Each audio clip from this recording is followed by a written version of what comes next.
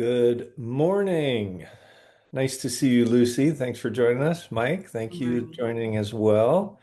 We're going to do edition number two today of getting buyers off the sidelines. The Iranian war continues. It's nearing an end, it seems, but people are still paralyzed with fear. The problem they're going to face is when it ends, rates are going down, gas is going down, and the market is going to erupt.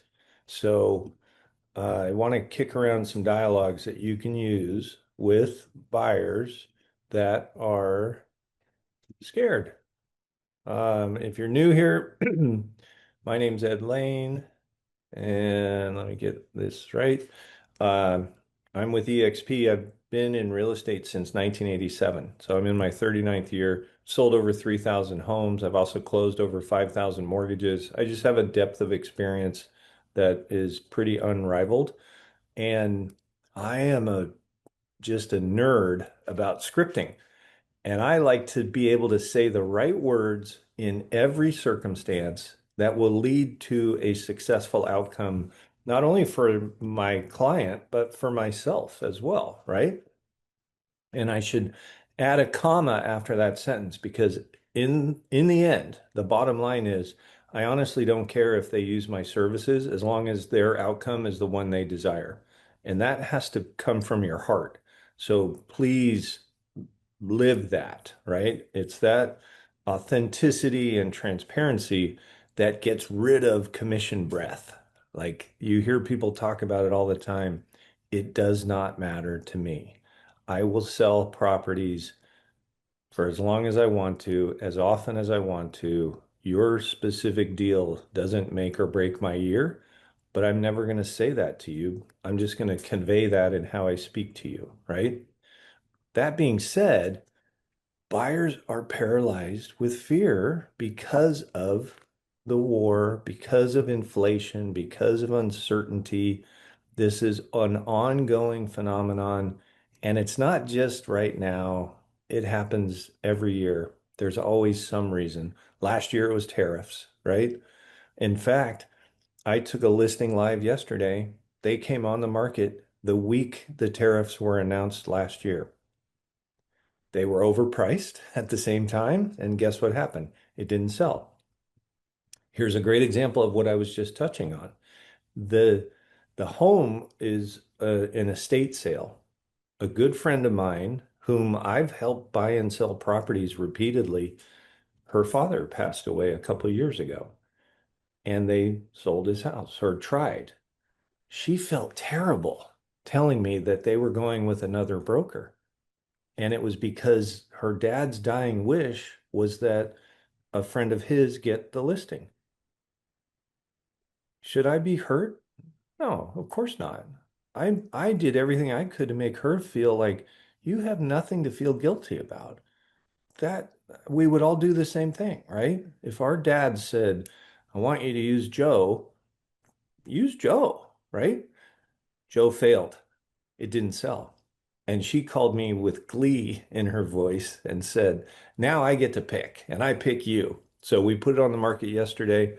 Hopefully it sells quickly. I told her leading up to it going live that her timing was much better this year because last year it went live the week of the tariffs. This year it's going live within a week or two of the end of the Iranian war. A month ago, I would have said might even be right on the same week, the way things are going. So uh, that's why it's imperative that you get into conversations with buyers today. Like start reaching out to people and explain to them why it's actually a mistake to wait. I had this conversation literally yesterday with a buyer, and I quoted Warren Buffett.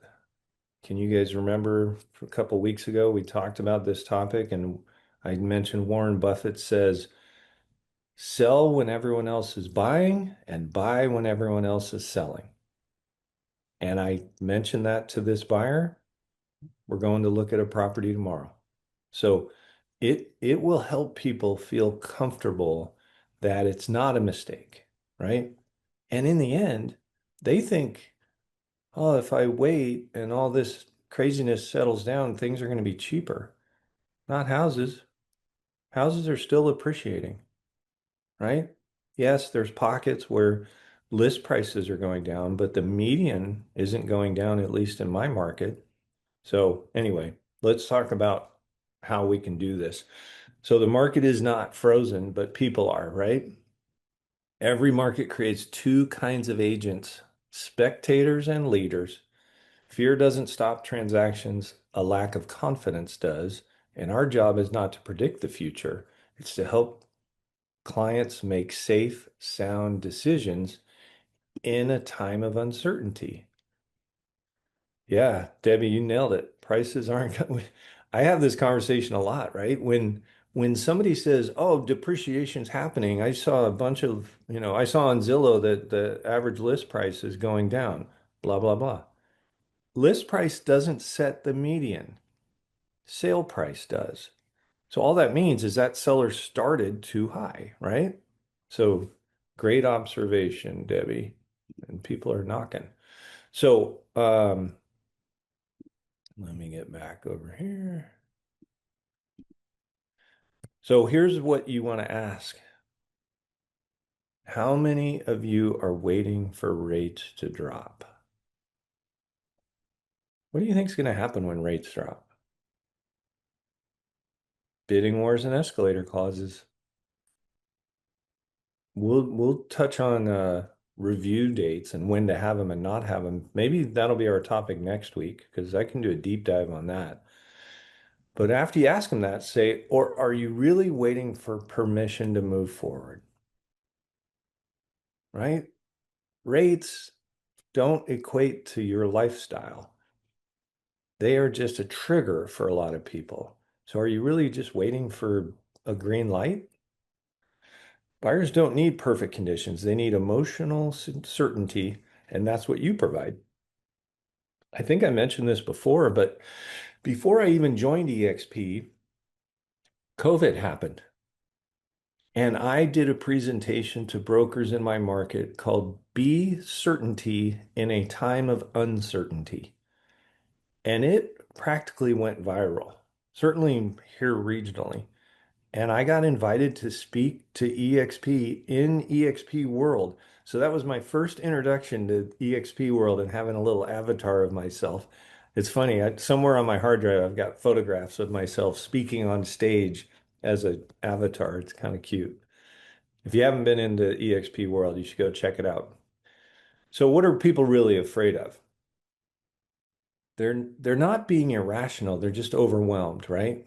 They get bombarded with news constantly. I used to say every day. It's not every day. Everyone has a smartphone now. It's constant, right? And that increases in their mind the uncertainty of timing, and it all adds up, right? So they end up being paralyzed with fear.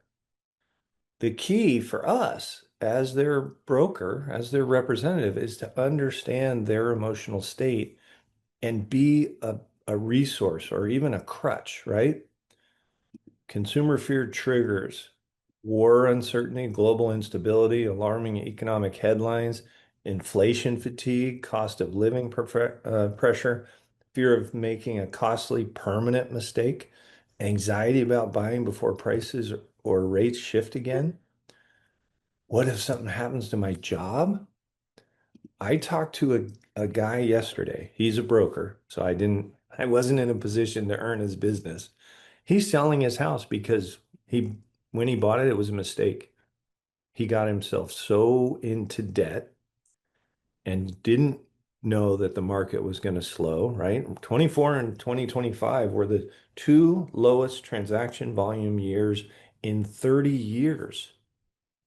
If you had a great year or even just a consistent level year, that's a win because everyone else went down, right? So his emotional state is, I made a mistake. And so what did I say? Because frankly, I'm recruiting him.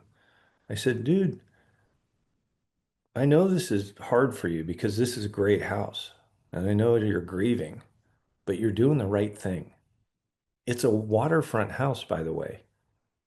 So he's living the lake life, but it's hemorrhaging money. And I said, here's the cool thing. You're going to fix this. It's going to hurt a little bit because you love the lake life, but then you're going to level up because the stress is going to go down, your income's going to go up, and you're going to be able to put yourself in position to move back onto the lake at a different time, but in a totally different financial position. Does that make sense? And he's like, thanks for saying that. Like your words can provide comfort, right? That's what reframing means. Ed, you're a really good guy. Well, thank you. I appreciate you saying that. I just could tell he was hurting, and I'm like, dude, you're not making a mistake. It's a bummer. I get it. I'm not pretending it's not, but you would have done the same thing, Allison, I know. So people aren't looking for a reason to buy. They're looking for a reason to trust themselves, the market, and you, right? They don't want regret. So don't pressure them, lead them. Your role is to be the calm, grounded voice that cuts through the noise and helps them see the path forward clearly. Certainty is your product. I got the greatest compliment day before yesterday from an agent who's on my team and I've known for 15 years. And we do a meeting every morning at 9 a.m. called Success Hours. And I've been doing that meeting for 10 years, since 2016, before Zoom even existed. And she said, uh, your demeanor is so calm, and you've been asked a million questions, and you knew the answer to every single question for 10 years. And I'm like, well, I'm old, number one, but I've closed thousands of deals, and you end up running into something that, to be honest, that's why I love real estate. I learn something new every day. You know what I got to learn today? And I had never dealt with this. Uh, there are realtors that are slide experts. If you live in an area that has a lot of landslides and cliffs and that sort of thing, I'm not. I don't live in that area. And somebody asked me if I know somebody, and I was like, I'm gonna.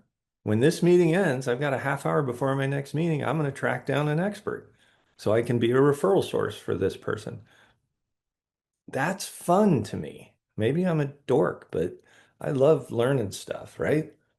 And I already dipped into a little bit. I figured out that Seattle is one of the steepest topographically cities in America. It's even steeper than San Francisco, which has Lombard Street, right? And there is a database of slides all around the area. I didn't know that, but now I do because this person asked me a question. So look forward to that stuff, right? So what's the new role of the agent? Well, as the market evolves and as buyers have access to more information, they get to be more anxious and more hesitant, right? So the ones that thrive aren't the ones with the most listings. They're the ones who show up as trusted advisors, not salespeople. That's why I got that call yesterday from that client when I used the Warren Buffett dialogue. I sold his son a house 5 years ago, and I met him once, one day. I didn't add him to my database. He was my buyer's dad. I didn't say, can I have your contact information? But he called me 5 years later and said, we're going to buy a house up here too now. And of course, we thought of you. That's cool, right? So in the old days, you open doors, you sent listing, you talk about rates and market data, and you wait for the client to feel ready. That's not a strong position, right?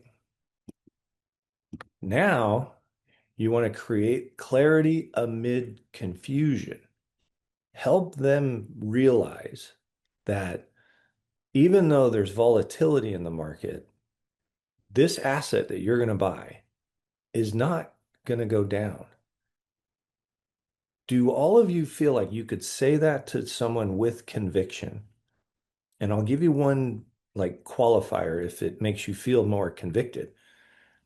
Qualify the time frame.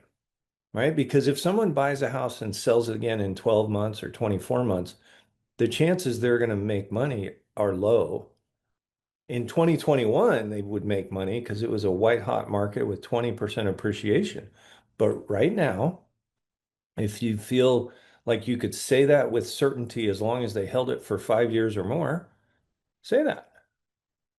Have you guys ever heard the joke about when's the best time to buy? 5 years ago.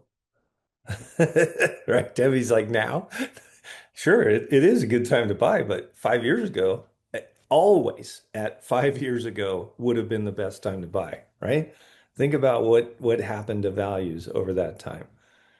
You're trying to drop down their emotional risk, right? That's what speaking in these terms will do for them because they'll feel like, okay, as long as my husband and I aren't going to move again in at least 2 to 3 years, we're guaranteed to make money in this market. Yeah, gives them back control, right? And it places you as their certainty advisor. This is all positioning so that when you speak to them, your credibility is increased and their willingness to accept what you're saying goes up, right? You like that term, Debbie? Me too. Agents who master this shift dominate in any market condition. Think about that. And I know it always sounds like I brag when I'm talking about how long I've been doing this, but I've been through all kinds of markets. When I got in the business, rates were at 18. We still sold properties, we still made loans because life is what drives these decisions, right? But my point is, as the market does this, wherever and whatever, you will have a role in it if you take this mentality, right? Think about this sort of approach in 2007 and 8. That was chaos. If you were a picture of certainty and confidence, you would have been a resource, right? I was. I'm blessed that my demeanor is just kind of calm and chill, but you can also portray that. You can fake that if you're not that way. Some people are so animated, it's hard for them. But anyway, script number one, ready? Life doesn't wait. I completely understand wanting certainty before you make a move. But let me ask you something. If rates drop tomorrow, would your life goals suddenly become more important, or are they already important? That's a mic drop dialogue, right? And it's so easy for us to kind of step back and take a more macro look at things and give advice like this. It's almost impossible for the consumer who's living it because the white noise around them is just constantly reminding them that the market is crazy right now. The president's a lunatic, might be what they're thinking, whatever, right? The reality is home values are going up. Whatever you're waiting for, that asset that you want to buy is going to be more expensive when you finally get off the couch, right? Or sidelines. That's the theme today. I'll use that word, right? The script gently decouples the buyer's life priorities from the external market conditions, right? It shifts the frame from what's the market doing to what do you actually want, which is the question only they can answer. When to use it? Use it when a buyer says, I'm waiting to see what happens with rates. It's a soft, non-pressuring way to redirect the conversation towards their personal timeline and goals, not the Fed's, right? The Fed doesn't care about your life and your goals. So why would we wait on them? Why wait on Jerome Powell? All right. Most buyers focus on interest rates. Wealthy people focus on opportunity cost, right? You want to tell people to buy right. The win is on the buy. is a sentence I say a lot, especially to investors, but it's also true for owner occupants. If you buy it right, it doesn't matter what the market does, right? So let's focus on that. And do you think when rates go down, are sellers going to negotiate on price very much? Probably not because they're getting multiple offers. But right now they are, and they're being very compliant. So take advantage of that, right? Help your buyers understand that waiting is not a neutral decision. It's an active choice and it has a price tag. So it helps to break it down for them clearly, right? Like I mentioned earlier, lost appreciation. The asset you're going to buy, if you buy it today, it's cheaper than if you buy it in August, cheaper than if you wait until December, still cheaper if you wait till next year, right? Every month on the sidelines is a month of potential equity growth left on the table. Prices don't wait for perfect timing. I usually tell people, especially first-time home buyers, the sooner you can get into the market and get on the appreciation train, the better. I had an agent one time ask me, is buying a mobile home a bad idea? If that's all they can afford, of course not, because it's going to appreciate. Now, will it appreciate as fast as a condo? No. Or as fast as a detached single family? No. But it's still appreciating, right? Another great dialogue is, would you rather pay every month to pay down someone else's mortgage or your own? You're effective when you're a renter, you're effectively buying the property for your landlord, right? When the market returns or when rates go down, competition is coming back. Pent-up demand is building daily. When confidence returns, buyers flood back, and your client will be competing again. I often talk about how life events trigger sales, and those life events have been happening whether interest rates were at 8 or not, or 18 or not, right?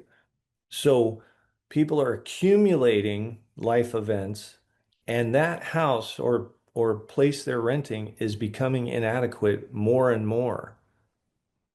So help them, right? Rent burn, rent payments build zero equity. That's a no-brainer. Every dollar paid to a landlord is a dollar that could be building your client's net worth.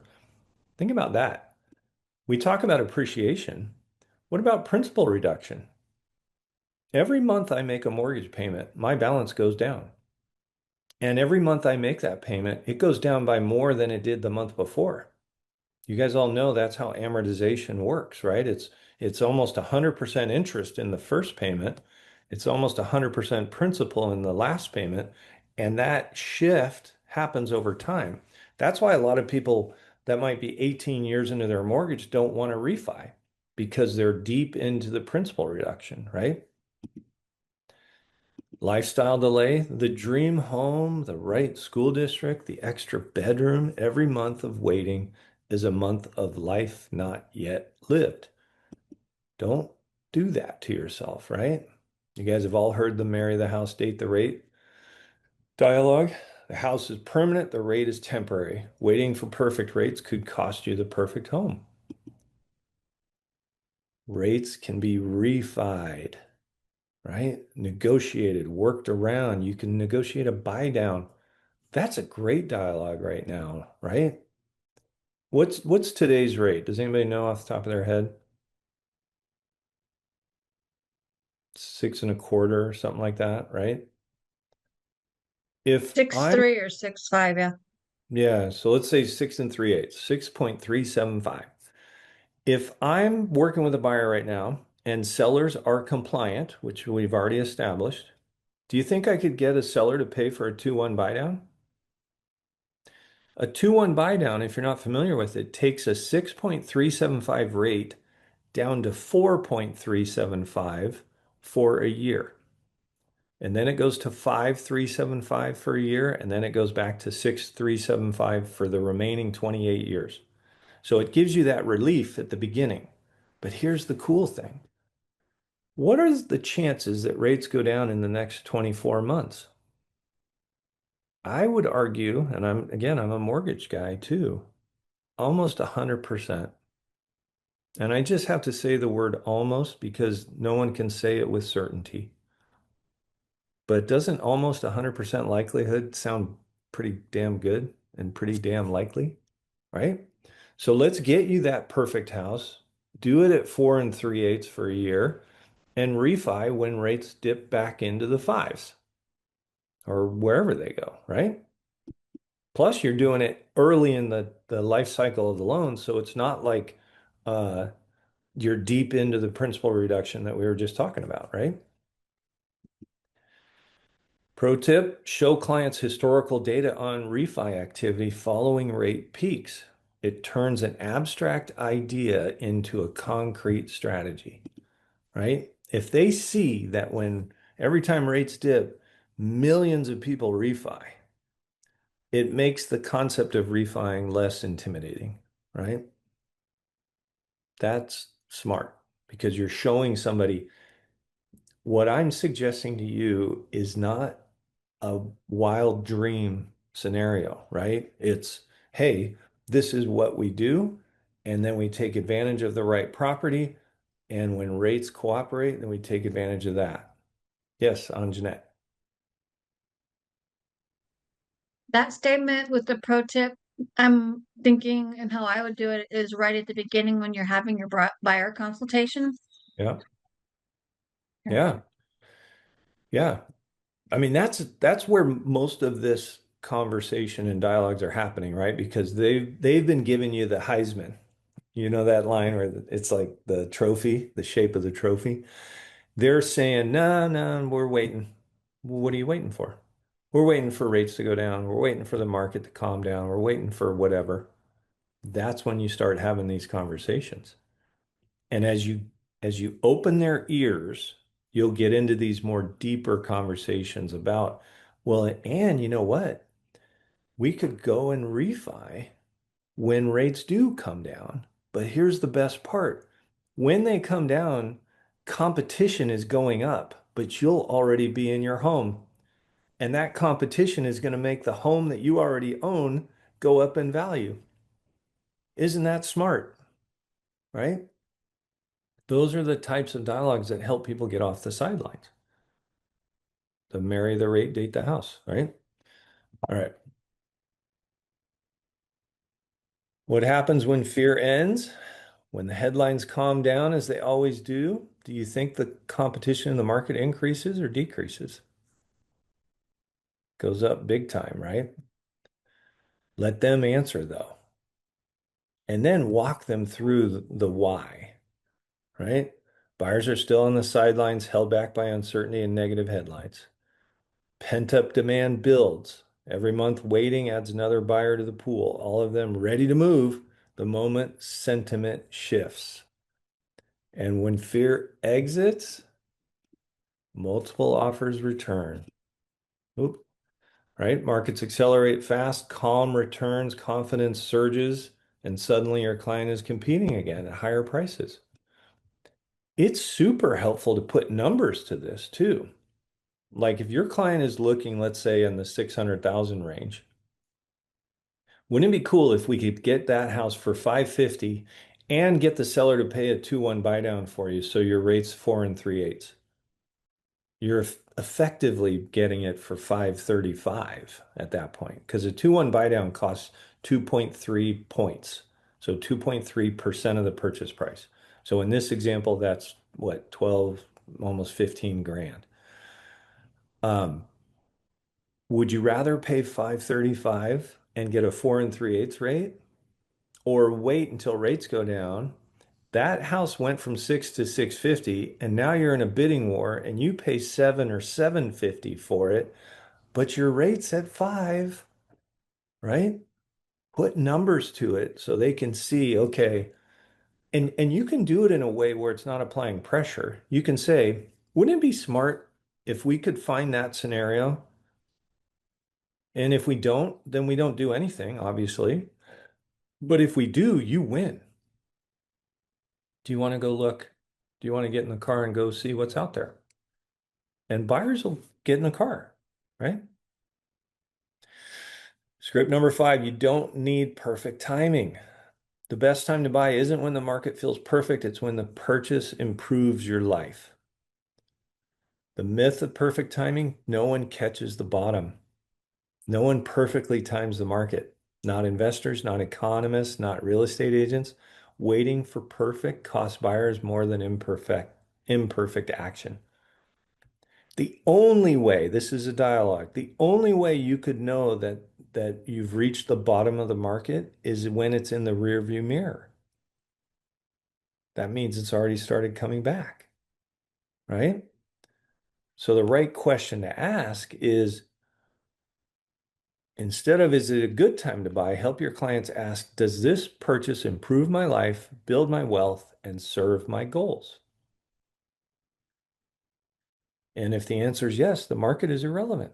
The decision becomes obvious, right? Do you guys know, and I know I probably said this to this group, but I want it on the recording. The 50-year average of interest rates is 7.2%. So we're almost a full percent below that already. It's just that, the 2 and 3% rates are in recent enough memory that a lot of people think they might make a comeback. And I know I've said this to you before, but man, if that happens, that is a huge mistake. The only reason we got into the twos was our government messed up and screwed it up.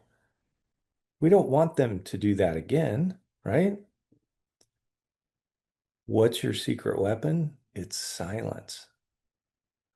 Confidence sounds calm.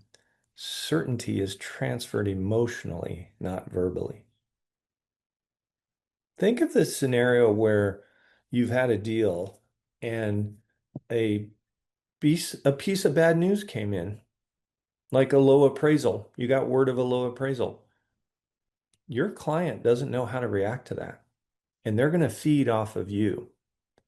So if you're calm and decisive, that's going to help them feel better that this isn't catastrophic, right? I'll give you a different dialogue for a different time. One of the things I say at the beginning is, one thing I've learned over the years is every deal has some sort of curveball, just some sort of thing that comes along or comes up along the way. You want to know what? I'm awesome at hitting curveballs. And then that makes them feel better, right? Because you can end it with, so if anything pops up that you're not sure what to think of it, call me because I'll let you know what it means. I'll let you know how do we react to it. And I'll let you know whether it has any impact at all. And most curveballs don't have an impact at all. They're just concerning when they come along, right? That makes them think when that curveball shows up, not, oh shit, it's, I wonder what Ed's going to tell me about this, right? Why most agents lose the moment? They talk too much. They can't stand the silence. So they feel like they got to insert words. When a buyer hesitates, the instinct is to fill the silence with more features, more data, more words. But that instinct kills deals. Over explaining signals insecurity, and the clients feel it. Ever heard the saying, thou doth protest too much? That's what that means. If you protest too much or if you talk too much, they're going to get a clue that something's not right, right? The most powerful thing you can do after asking a great question is shut up and listen, right? Try this 5-second exercise. Ask your question, then wait a full 5 seconds. Count silently, don't nod excessively, and don't jump in. Silence creates space for emotional processing. It signals that you're not desperate and that your question deserves a real answer.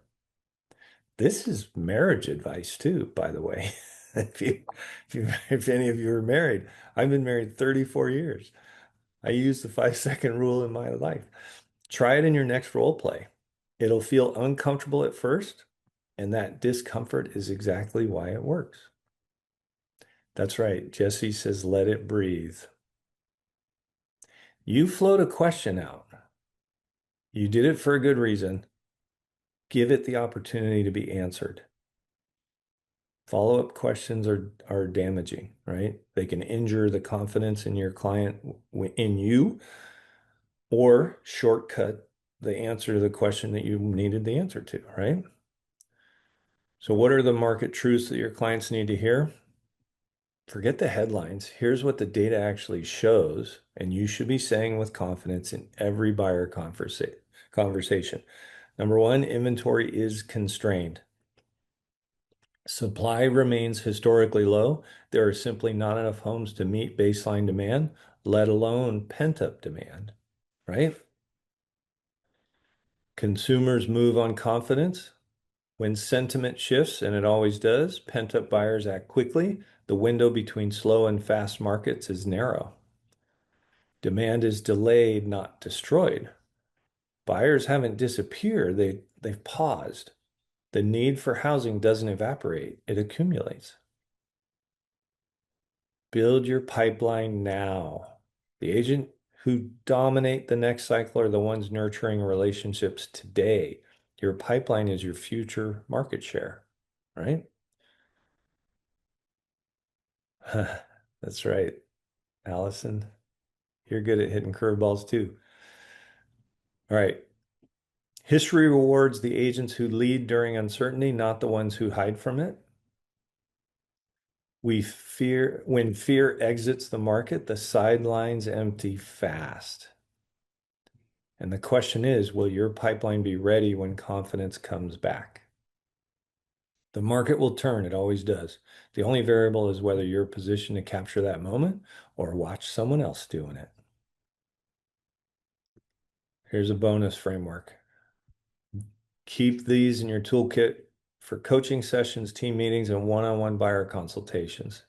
Headlines versus housing. The media thrives on fear. The data often tells a different story. Teach clients to separate noise from signal, right? God, that's never been more true than it is right now, right? Psychology of hesitation. Consumer hesitation is emotional, not logical. Understanding the fear response is the key to dissolving it with empathy and leadership. What great agents say, scripts matter, but delivery matters more. Study tone, pacing, and word choice to sound trustworthy, not transactional. That's why we meet every Friday, right? Certainty over market timing. Clients don't need to know what the market will do. They need to trust that you will guide them through it safely. Shoot a picture of that screen. All right. It's time to get on the phone, right? You should make 10 phone calls this week, specifically designed to move one hesitant buyer towards confidence and action, not a generic check-in, a purposeful, script-driven conversation. Don't ask, so do you want to buy a home? Right? It puts all the pressure on the buyer and invites a defensive, no, not yet. Thanks, though. Instead, say, what would need to happen for you to feel confident in making a move? That opens the door. It invites the buyer into a collaborative conversation, gives you a clear roadmap to close the gap between hesitation and action. Can you see how saying what needs to happen will cause them to say, here's what's blocking me. Here's my fear. Here's why I'm not willing or able. Anxiety about this, nerves about that. You can address them and shrink them in their minds or make them go away entirely. Is there a client that you're just not going to move because they're not going to buy until rates get into the fives? Yeah, there's a percentage of buyers that's all they care about. It's not wise, but if that's where their head's at, call the next one, right? That question changes everything. So go have those conversations. And don't forget, you can go to whatwouldEdSay.com. That's my custom GPT. All right. Oh, did you want to shoot a picture of that, Lucy? Here, I'll put it back on. I have it, I just want to make sure. Yeah. And remember, you have to have a Chat GPT account, but it can be free, the free one. I have it, but yeah. And if you're having trouble opening it or finding it, and you have a custom GPT account or a Chat GPT account, go into on the nav bar, go into Explore GPTs, and it'll Mm, take you to the marketplace. And just type my name, and you'll find it. okay.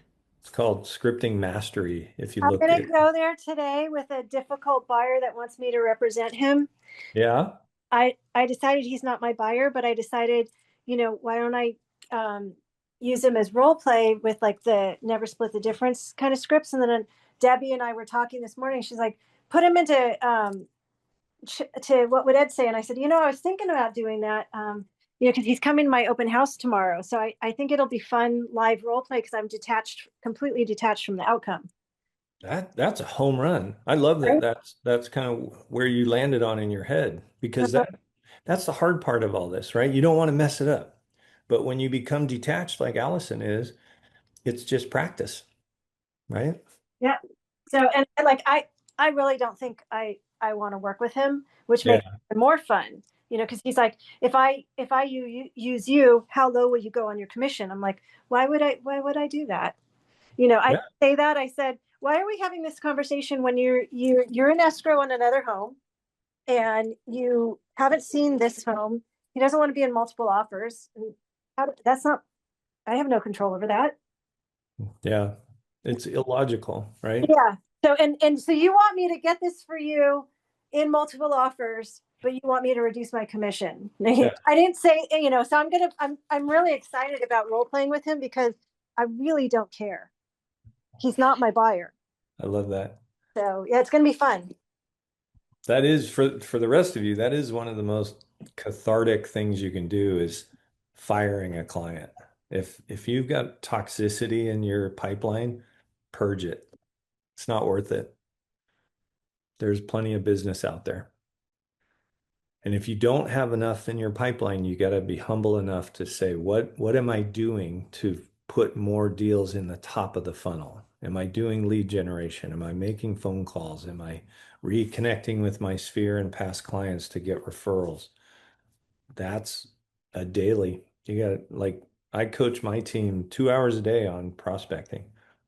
If you spend 2 hours a day on the phone making calls to clients, leads, past clients, sphere, you'll always be busy.